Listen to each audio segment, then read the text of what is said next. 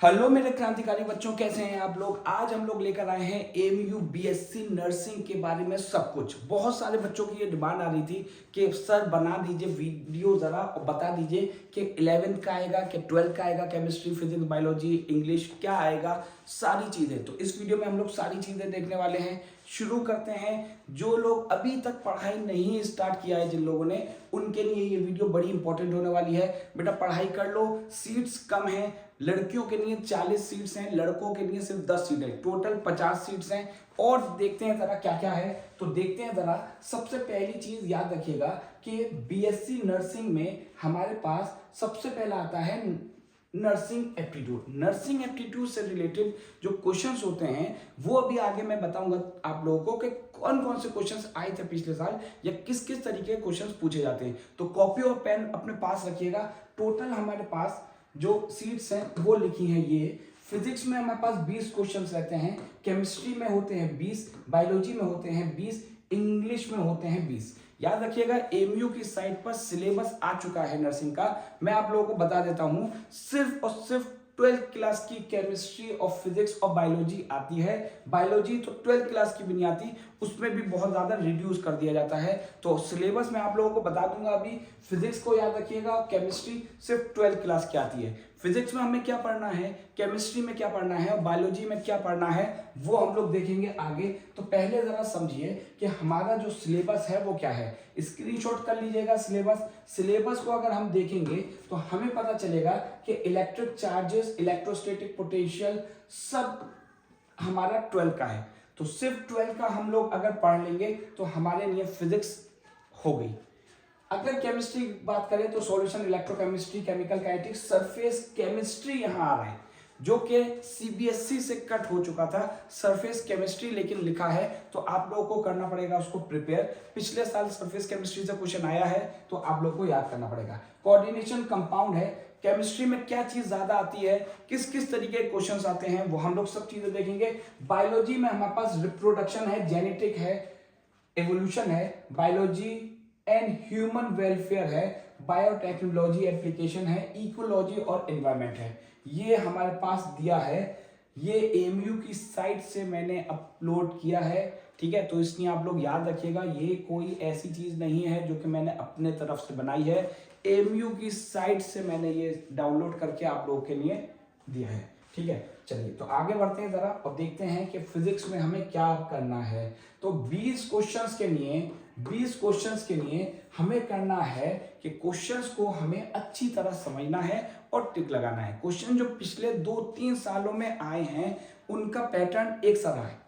तो जब पैटर्न एक सा रहा है तो अगर हम तैयारी करना चाहें अभी से भी तो हमारे लिए टाइम है। आप लोग अगर ऑनलाइन बैच लेना चाहते हैं तो हम लोगों को मैसेज करिएगा जरूर, अगर ऑनलाइन बैच लेना चाहते हैं या ऑफलाइन भी। अभी हम लोगों का 15 अप्रैल से स्टार्ट हो रहा है नया बैच, ऑफलाइन भी। तो ऑनलाइन और ऑफलाइन दोनों बैचेस हम लोग के स्टार्ट हो रहे हैं। इस नंबर पे आप लोग मैसेज करिएगा तो आप लोगों को बैच स्टार्टिंग का सब शेड्यूल बता दिया जाएगा। किस तरह का क्वेश्चन आता है वो सारी चीजें हम लोग देखेंगे। जरा देखिए, इजी न्यूमेरिकल आते हैं फिजिक्स में। कॉन्सेप्ट अगर हमारा क्लियर होगा तो हम लोग बहुत आसानी से कर देंगे, क्योंकि जो क्वेश्चंस आते हैं वो कुछ इस तरह से होते हैं कि मान लीजिए कि हमारे पास 2 कार चल रही थी, अगर हमने वेलोसिटी चेंज करी तो उसका टाइम कितना रेशियो में आएगा। ठीक है, इसी तरह से वेवलेंथ की रेशियो क्या होगी, इसी तरह से एम्पलीट्यूड की रेशियो क्या होगी। तो कॉन्सेप्ट क्वेश्चन रहते हैं, कॉन्सेप्ट से रिलेटेड। उसके बाद जो ड्राइव फॉर्मूले हैं हमारे पास, जैसे कि lambda is equal to H upon P. ठीक है, डी ब्रॉगली वेवलेंथ का ये फॉर्मूला होता है। तो ये ड्राइव फॉर्मूले जो लास्ट में निकल के आते हैं उस तरीके के हमारे पास क्वेश्चन भी आते हैं और डायरेक्ट क्वेश्चन भी न्यूमेरिकल भी आता है। डायरेक्ट क्वेश्चन भी पूछ लेते हैं कि इनमें से कौन सा फॉर्मूला ठीक है। इस तरह का क्वेश्चन 2-3 आए हैं पिछले साल भी। तो ये चीज आप लोग याद रखिएगा। करनी कैसे है पढ़ाई लास्ट में आता है। अब हमें ये तो पता चल गया पढ़ाई कैसे करें और कहां से करें। तो कैसे करें का आप लोग को बताता हूं कि आप लोग चैप्टर से नोट्स बना लीजिए। सिर्फ चैप्टर से सिर्फ नोट्स बना लीजिए। वो नोट्स आप लोग यूट्यूब से बना सकते हैं, मेरी वीडियो से बना सकते हैं, ऑनलाइन बैच लेकर बना सकते हैं, या फिर प्रदीप का इस्तेमाल कर सकते हैं। प्रदीप में सारी चीज़ें, प्रदीप किताब में सारी चीज़ें गिवन रहती हैं अच्छी तरह, तो इसलिए मैं ज़्यादा प्रदीप प्रेफर करता हूँ। कहाँ से पढ़ाई करें, आप लोग कोई भी किताब ले सकते हैं।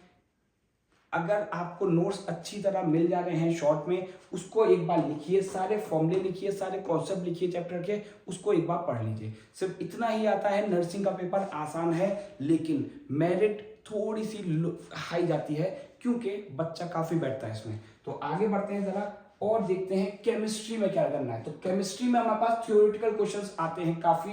ऑर्गेनिक केमिस्ट्री याद रखिएगा, बड़ी ही इंपॉर्टेंट चीज है। ऑर्गेनिक केमिस्ट्री को ट्रिक से हम लोग कर सकते हैं। डिस्क्रिप्शन में मैं बहुत सारी वीडियोस आप लोगों के लिए डाल दूंगा जो कि नर्सिंग के टेस्ट के लिए काफी इंपॉर्टेंट है। तो डिस्क्रिप्शन में जो वीडियोस होंगे उसको जरूर चेक कर लीजिएगा। कॉन्सेप्शनल न्यूमेरिकल्स आते हैं। कंसेप्शनल न्यूमेरिकल्स, इसका मतलब क्या हुआ जरा समझिए। पिछली बार भी पीएस से क्वेश्चन आया है, तो उसमें सिर्फ कॉन्सेप्ट लगना था, बच्चे गलत करके आ गए।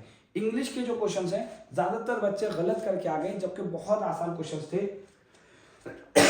सॉरी, एनसीईआरटी केमिस्ट्री के लिए सिर्फ एनसीईआरटी पढ़ लीजिए आप लोग। ऑर्गेनिक ज्यादा आती है, सिर्फ ऑर्गेनिक के ही तकरीबन 8 से 10 क्वेश्चन बन जाते हैं। 8 से 10 क्वेश्चन सिर्फ ऑर्गेनिक के हैं। इसका मतलब हम लोग अगर पी ब्लॉक और कर लेते हैं या इसी तरीके के और क्वेश्चंस जो होते हैं वो भी चैप्टर्स पढ़ सकते हैं हम लोग, तो बहुत आसानी हो जाएगी हम लोगों के लिए। तो बायोलॉजी के लिए करनी है सिर्फ एनसीईआरटी। टॉपिक मैंने लिख दिए थे पहले आप लोगों को, तो वो टॉपिक्स पढ़िए। सिर्फ एनसीईआरटी अगर पढ़ लेंगे आप लोग तो आप लोग के लिए मोर देन इनफ है। आगे बढ़ते हैं, जरा इंग्लिश में देखते हैं। इंग्लिश में जो क्वेश्चंस आते हैं मैं फिर से बता देता हूं, इंग्लिश हमारे लिए बड़ी ही इंपॉर्टेंट है, क्योंकि इंग्लिश के जो क्वेश्चंस आते हैं वो हमें लगता है कि हम कर देंगे और वहां हम लोग को लगता है कि हम सही लगा के आए। मैं एक एग्जांपल भी दूंगा आप लोगों को, तो हमें लगेगा कि सही करके आए हैं, लेकिन वहां जाकर वो गलत निकलेगा। तो क्या है वो क्वेश्चन, वो देख लेते हैं। Synonyms, antonyms, phrases, one word substitution, preposition. पहले प्रीपोजिशन से क्वेश्चन नहीं आए थे, लेकिन पिछले साल बहुत क्वेश्चन प्रीपोजिशन आए हैं। तो जरा क्वेश्चन देखते हैं और आप लोग इसका आंसर सोच लीजिए अपने माइंड में। गलत सोचेंगे आप लोग, मैं पहले ही बताता हूं। तो many people have died dash malaria, इसका आंसर ज्यादातर लोग फ्रॉम लगा के आए थे, विद लगा के आए थे। आंसर इसका ऑफ है। तो ऑफ है इसका आंसर। क्यों है वो मैं आप लोगों को बता दूंगा, लेकिन अभी आप लोग ये समझ लीजिए कि इंग्लिश को अलग से पढ़ाई करनी पड़ेगी, इंग्लिश के क्वेश्चंस अलग से करने पड़ेंगे। उसके बाद आता है एक और इंपॉर्टेंट चीज, नाम है उसका नर्सिंग एप्टीट्यूड। क्या चीजें होती हैं नर्सिंग एप्टीट्यूड में। मान लीजिए कोई भी पेशेंट आता है जिसको ब्लीडिंग हो रही है। अब ब्लीडिंग करने में उसको सबसे पहले क्या एड दी जाएगी, जो फर्स्ट एड बोलते हैं, वो क्या दिया जाएगा, कौन सा केमिकल लगाया जाएगा जिसकी वजह से वो ब्लीडिंग रुक जाएगी, या फिर अगर किसी को भी कोई बीमारी होती है तो उसमें कौन सी मेडिसिन दी जाएगी। अगर एड्स के बारे में पूछी जाती गई थी चीज कि एड्स सबसे पहले कहाँ डिस्कवर्ड हुआ या कब डिस्कवर्ड हुआ, तो इस तरीके के क्वेश्चंस हमारे पास टीचिंग एप्टीट्यूड में रहते हैं। ज्यादातर टीचिंग एप्टीट्यूड में जो क्वेश्चंस होते हैं वो गवर्नमेंट स्कीम से रिलेटेड भी होते हैं, कि गवर्नमेंट स्कीम है जैसे आयुष है, ठीक है, इसी तरह से बहुत सारी अलग अलग स्कीम्स है जो कि गवर्नमेंट हम लोगों को देती है, हम लोगों के बेनिफिट के लिए। तो वो सारी स्कीम से रिलेटेड भी क्वेश्चंस आ जाते हैं। कौन सी बीमारी में कौन सी मेडिसिन चल सकती है, ये भी क्वेश्चन आ चुका है काफ़ी बार। तो आप लोग अच्छी तरह पढ़ाई करिए। अगर आप लोग को ऑनलाइन या ऑफलाइन बैच चाहिए तो आप लोग कांटेक्ट कर सकते हैं, नंबर मैंने आप लोगों को बता दिया था। अगर आप लोग को कोई भी डिफ़िकल्टी होती है पढ़ाई में तो मैं इसमें डिस्क्रिप्शन में काफ़ी वीडियोस डाल दूंगा। आप लोग सिर्फ उन वीडियोस को देख लेंगे तो कम से कम 5-10 क्वेश्चंस तो आप लोग कर सकते हैं। लेकिन जो मेरिट जाती है वो 65 के आसपास जाएगी, याद रखिएगा 65 के आसपास एक्सटर्नल की मेरिट जाने के चांसेस होते हैं। अगर बात इंटरनल की करी जाए तो वो 55 होगी। इंटरनल होते हैं वो स्टूडेंट्स जिन्होंने 12th क्लास AMU से की होती है। तो आप लोग को जो भी प्रॉब्लम हो कमेंट में मुझसे पूछिएगा और मैं ज़रूर उसका आंसर दूंगा। थैंक यू बच्चों।